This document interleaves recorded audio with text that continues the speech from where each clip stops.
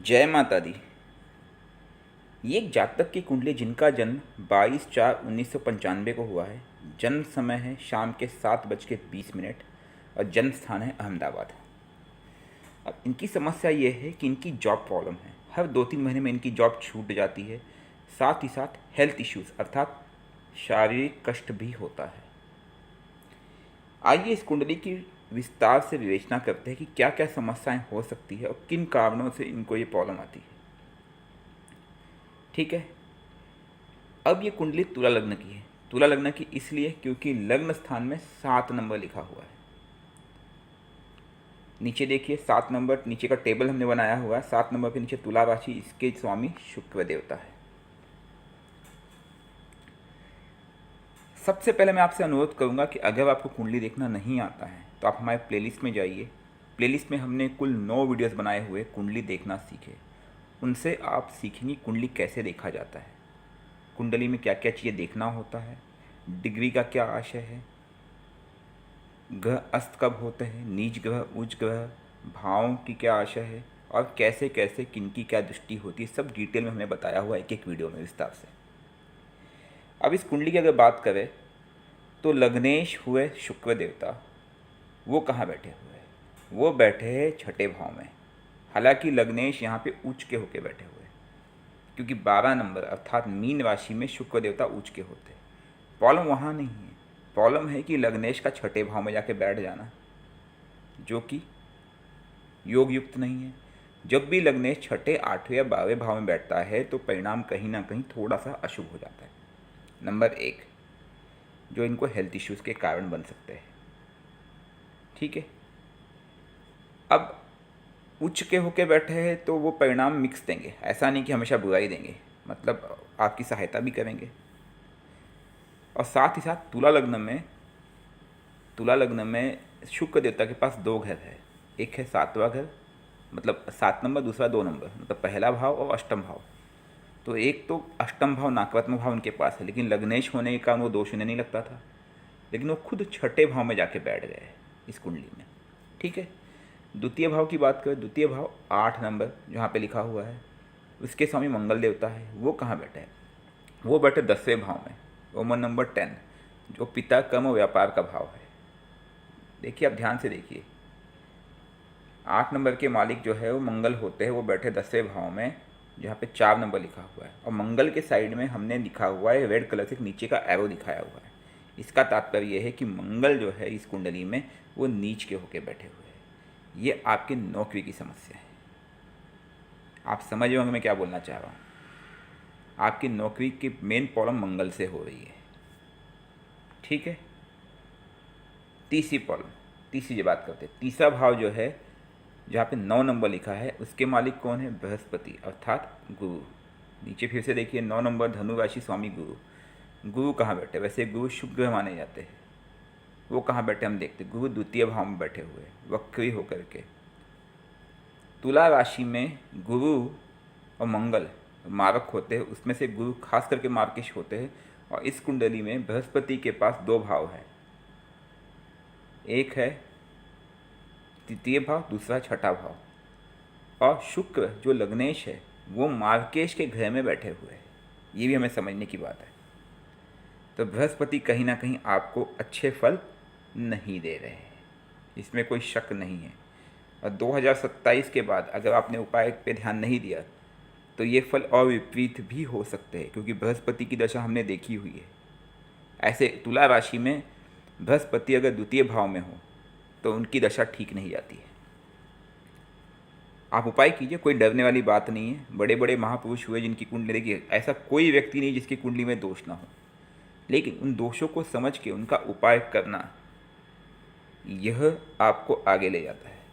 भले राजा की कुंडली देख ले या बहुत बड़े धनी की कुंडली बिल गेट्स की, अंबानी की कुंडली देख लो, उनकी कुंडली में भी दोष है। क्योंकि इस संसार में हम पैदा हुए, सब कुछ हमारे कर्मों के प्राप्त थे, कई जन्मों के कर्म हैं।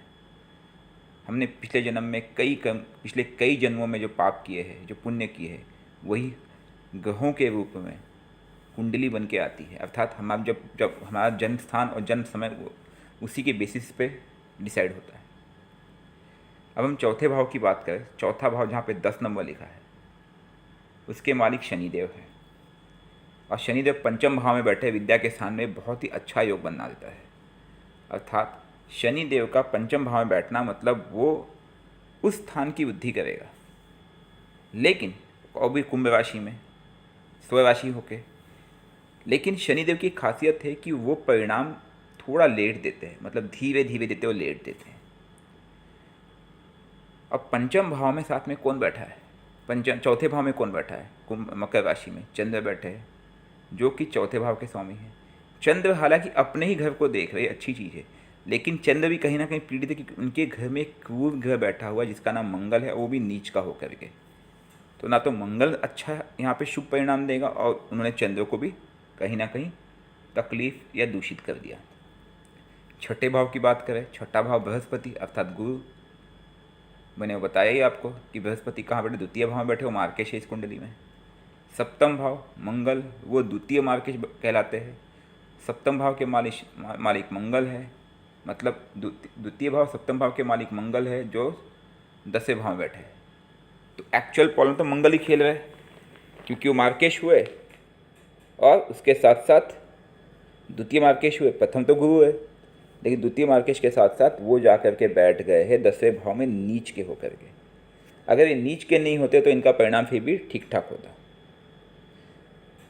एक्चुअल प्रॉब्लम अब स्टार्ट होती है इस कुंडली की। अभी तक तो हमने जो बताया था ओवरऑल बताया था। कुंडली के सप्तम भाव में सूर्य ग्रहण है, और सूर्य लाभ के मालिक है, मतलब 11वें भाव के। देखिए 5 के नीचे सिंह राशि स्वामी सूर्य है, मतलब जो 5 नंबर है उसके मालिक सूर्य है, और वो बैठे सप्तम भाव में। बैठना तो ठीक था, लेकिन उनके साथ केतु आ गए। सूर्य की डिग्री 8 है, केतु की डिग्री 12 है। दोनों के अंतर केवल 4 डिग्री का अंतर है, दोनों एक दूसरे के करीब आ गए। मतलब सूर्य ग्रहण तो निश्चित मान के चलिए आप। तो यहाँ पे मेन प्रॉब्लम स्टार्ट होती है। जिस भी कुंडली में सूर्य ग्रहण होता है उनको जीवन में जॉब की प्रॉब्लम बनती ही बनती है। जॉब बनेगी तो छूट जाएगी, काम बनेगा बिगड़ जाएगा, ये प्रॉब्लम इस कुंडली में बनती है। हालांकि आपका चंद्र सही जगह बैठा है, चंद्र आपको जॉब देने की कोशिश कर रहा है बार बार, लेकिन उस जॉब को छुड़ाने का काम कहीं ना कहीं मंगल और सूर्य कर रहे हैं। मंगल और सूर्य के कारण आपकी जॉब हमेशा छूट रही है। साथ ही साथ एक प्रॉब्लम आपकी कुंडली में और बनता है कि आपके बुध जो कि भाग्य के कारक है वो भी अस्त होकर बैठे हुए हैं। बुध की डिग्री है यहाँ पे 17, सूर्य की 8, महज 9 डिग्री का अंतर है। इस कारण से बुध देवता अस्त हो गए। बुध का अस्त होना कहीं ना कहीं आपके भाग्य को भी रोक रहा है, क्योंकि देखिए 3 नंबर के मालिक बुध है, मिथुन राशि, तो कहीं ना कहीं ये भी एक नुकसानदायक है। अष्टमेश होने के कारण इनको वो दोष नहीं लगता शुक्र, मैंने आपको पहले बताया, लेकिन वो छठे भाव में बैठे, इसलिए शुक्र यहाँ पे कहीं ना कहीं थोड़ी तरह से थोड़ा बहुत तो आपको नुकसान अवश्य देंगे, मैंने आपको पहले ही बता दिया। नवम भाव के मालिक और द्वादश भाव के मालिक बुध अस्त होकर बैठे सप्तम भाव में, इनका भी उपाय करना होगा। चंद्र जो कि दशमेश है वो चौथे भाव में बैठे, वो आपकी सहायता अवश्य कर रहे होंगे, लेकिन उनके घर में मंगल नीच का होकर बैठ गए, वो भी क्रूर ग्रह, तो कहीं ना कहीं वो भी डिस्टर्ब या डिस्ट्रैक्टेड अवश्य होंगे। एकादश भाव के मालिक सूर्य देवता का ग्रहण हो चुका है। तो देखिए कुंडली में प्रॉब्लम कहाँ कहाँ है। सबसे पहली प्रॉब्लम आँख बंद करके, आपका बुध अस्त है। जब बुध अस्त है तो भाग्य साथ नहीं देगा, तो इसलिए बुध का उपाय करना पड़ेगा। बुध का उपाय क्या करना है? ओम बूम बुद्धाय नमः, इस मंत्र की 1 माला रोज सुबह करना है, तो करना मात्र 2 मिनट 1 माला को लगता है।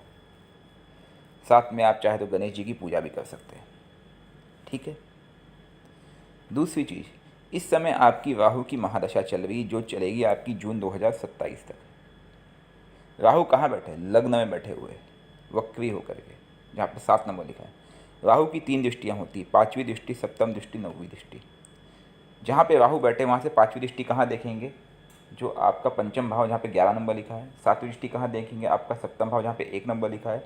और 9वीं दृष्टि कहाँ देखेंगे? आपका 9वां भाव जहाँ पे 3 नंबर लिखा है। तो राहु की 3 दृष्टि है। कहीं ना कहीं राहु आपके शारीरिक तन के भाव में बैठ करके वो आपको हानि पहुँचा रहे हैं। ये एक्चुअल प्रॉब्लम है राहु के। वो उन्नति भी कर रहे हैं, सपोर्ट भी कर रहे हैं आपको, लेकिन साथ ही साथ कहीं ना कहीं वो हानि भी पहुंचा रहे हैं। ठीक है। दूसरी चीज़, सूर्य जो कि आपके लाभ के मालिक है, उनका ग्रहण हो गया है केतु के साथ, तो सूर्य कमज़ोर हो गया है। तो इसलिए आपको रोज़ सुबह सूर्य को, उगते सूरज को जल छोड़ना है, किसी भी तरह से, कुछ भी हो, आपको उगते सूरज को सुबह सुबह जल छोड़ना है। राहु के लिए मैं आपको बताऊंगा कि आप राहु का एक मंत्र ओम राम राहवे नमः, इस मंत्र का जाप करें शाम के समय। बुद्ध का मंत्र सुबह करना है, राहु का मंत्र शाम को करना है, शाम की बात करना है। 2 मिनट से ज़्यादा समय नहीं लगता एक माला मंत्र जाप करने, रुद्राक्ष की माला से मंत्र जाप करना है। और सूर्य ग्रहण है, इसलिए रोज़ सुबह उगते सूरज को जल छोड़ना। एक केस हमने अभी हैंडल बीच में किया था, एक व्यक्ति था, उसका सूर्य ग्रहण था, उसने सूर्य को, उगते सूरज को जल छोड़ना चालू किया, उसकी जॉब लग गई, अब कोई दिक्कत नहीं है। हमेशा जॉब छूट रही थी उसकी, जॉब मिल भी नहीं रही थी बाद में, लेकिन आज 1 साल हो गया है, कोरोना टाइम में, कोविड टाइम में, स्टिल उसको जॉब की दिक्कत नहीं बनी, क्योंकि रोज़ उगते सूरज को जल छोड़ता है। ठीक है। और दूसरा उसका बुध अस्त था, बुध के लिए हमने उसे उपाय बताया, उसने उपाय शुरू कर दिया, अब लाभ हो रहा है, नौकरी की समस्या खत्म। तीसरी चीज़ सूर्य का हो गया। चौथी चीज़ शुक्र है। शुक्र आपके लग्नेश है, अगर लग्नेश बलशाली हो, ताकतवर हो, तो दिक्कत नहीं होती है। तो लग्न को कहीं ना कहीं ताकत देने की कोशिश करें। लग्न का मंत्र है ओम शुम शुक्राय नमः।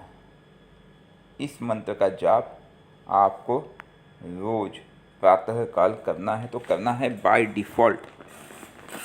शुक्र लग्नेश है जो धन के कारक है, ध्यान रखना।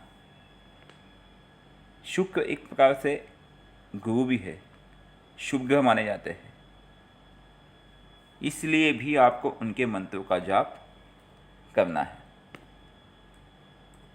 इसके बाद एक ग्रह और बचा, वो है मंगल। मंगल आपकी कुंडली में नीच का होके बैठा है, ये प्रॉब्लम है। तो मंगल अगर नीच का होके बैठा है तो कहीं ना कहीं इनको भी प्रसन्न करना जरूरी है। और मंगल का आप अगर दान करें तो ये भी ज़्यादा अच्छा होगा। एक है मंगल का दान, क्योंकि उनकी ताकत कम हो। मंगल को प्रसन्न करने के लिए उनके मंत्रों का जाप करें, ओम भौम भौमाय नमः डेली। और मंगलवार का उपवास रखें, या तो आप मंगलवार का उपवास रखें या तो आप संडे का उपवास रखें। लेकिन मंगलवार मेरे ख्याल से बेटर रहेगा, आप सूर्य को जल छोड़ ही रहे, सूर्य के मंत्र का जाप भी करेंगे साथ में। तो आपको आपकी कुंडली के हिसाब से आपको कुल 5 मंत्रों का जाप अनिवार्य हो जाता है। आप भले माने या ना माने, ये कंडीशन है, वरना प्रॉब्लम आपकी पूरी तरह से हल नहीं होगी। देखिए, मैं आपको फिर से बता रहा हूँ कि जॉब, नीचे मैंने लिखा है जॉब प्रॉब्लम के लिए आपको मंगल और सूर्य ग्रहण का उपाय करना होगा। और जो शारीरिक कष्ट है, हेल्थ इश्यू के लिए शुक्र और राहु। अच्छा, सूर्य का मंत्र है ओम घृणी सूर्याय नमः। ये सब आपको हमने पहले वीडियो बनाए हुए, उसमें आप देख लीजिएगा। बुध, सूर्य, शुक्र और मंगल, इन चारों के मंत्र का जाप सुबह करना है स्नान करने के बाद, और उगते सूरज को जल छोड़ना है। 4 मंत्र जाप करने में 2 मिनट × 4 8 मिनट लगेंगे आपको। मैक्सिमम 10 मिनट की पूजा आप डेली सुबह कर सकते हो, इससे आपका भाग्य बन जाएगा। 24 घंटे में 10 मिनट आप निकाल सकते हो। शाम के बाद, संध्या काल के बाद, सोने से पहले कभी भी एक राइट टाइम देख के अपने मंदिर में जाइए, आपका जो भी मंदिर होगा छोटा सा, उधर बैठ के शांति से राहु के मंत्र का जाप करना है, ओम राम राहवे नमः। मंगलवार का उपवास रखना है, संडे भी रख सकते हैं, लेकिन मंगलवार जो भी लग रहा है मुझे, दोनों दिन रखोगे तो अति उत्तम है। लेकिन कई बार कहेंगे हफ्ते में 2 दिन उपवास से पॉसिबल नहीं हो पाता है, मैं समझ सकता हूँ। सूर्य का एक यूँ कहे तांत्रिक मंत्र भी है, ओम राम ह्रीम ओम सह सूर्याय नमः। ये भी हमने अपने वीडियो में डाला हुआ, आप देख लीजिएगा। इस कुंडली में शनि स्वराशि है, कहीं ना कहीं वो आपकी उन्नति अवश्य करेगा, वो आपको सपोर्ट करेंगे। लेकिन आपको सूर्य मंगल का उपाय करोगे और लग्नेश को थोड़ा ताकत दोगे तभी ये संभव हो पाएगा। शिव पूजा अवश्य कीजिए, आपके आसपास शिव मंदिर हो तो डेली जाइए।